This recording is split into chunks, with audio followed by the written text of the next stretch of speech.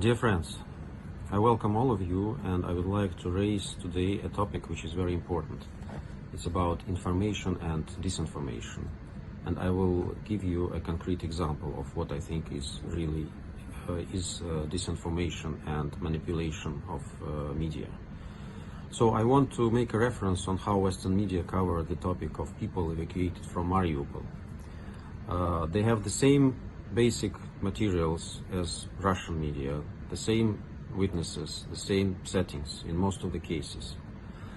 But we are very puzzled and surprised and disappointed that the Western journalists in most cases clearly engage in censorship, concealing awkward and unpleasant information from the Western public.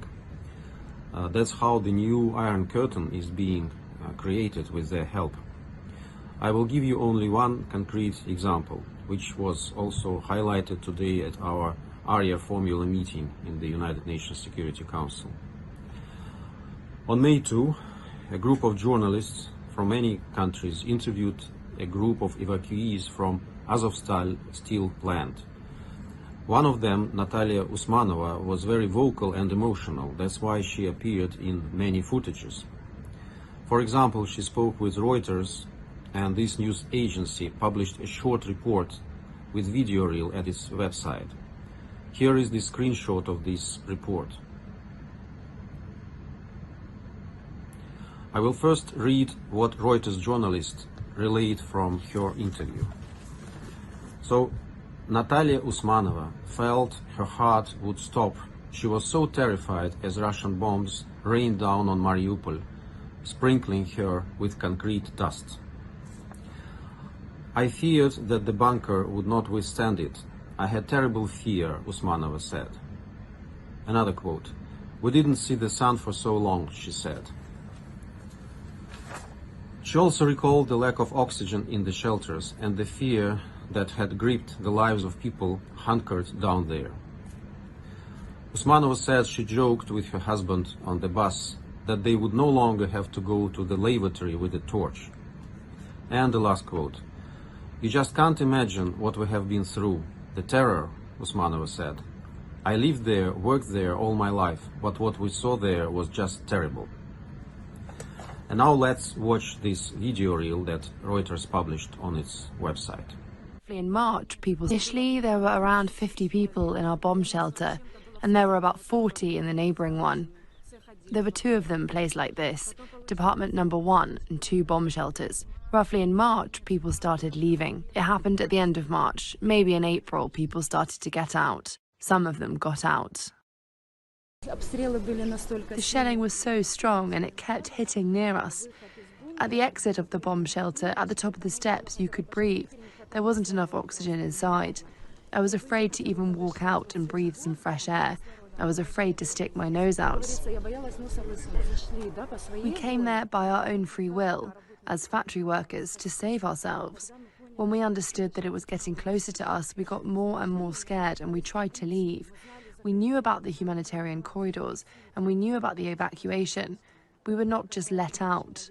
And when the shells started landing here, I thought my heart was going to stop and that I wouldn't survive. So, dear friends, what impression do you get from this coverage? I think that the conclusion is quite obvious.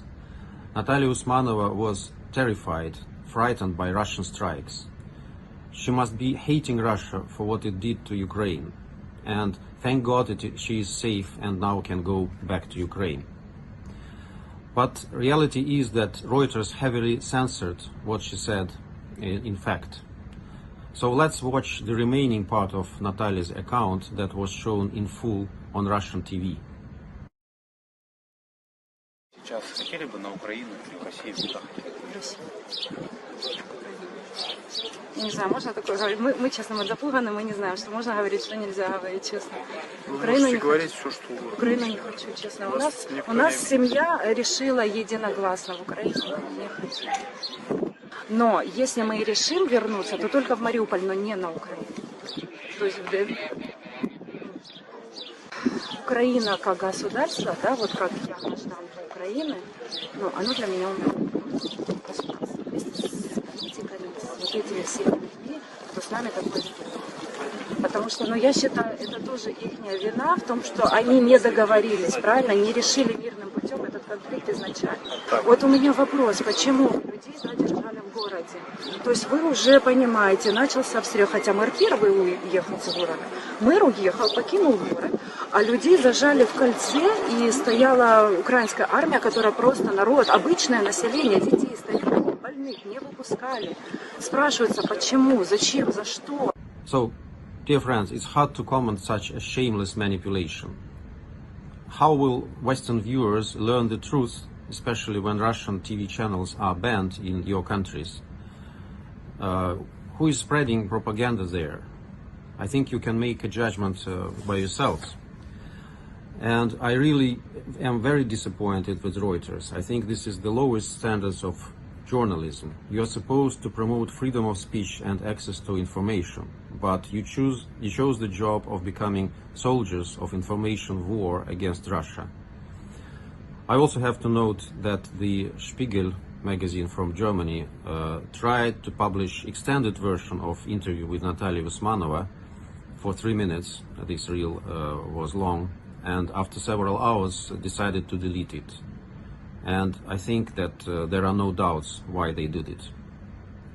So here is the link to our area formula meeting on disinformation in the context of Russian military operation in Ukraine and the crimes that are committed and were committed by Ukrainian military and paramilitary detachments.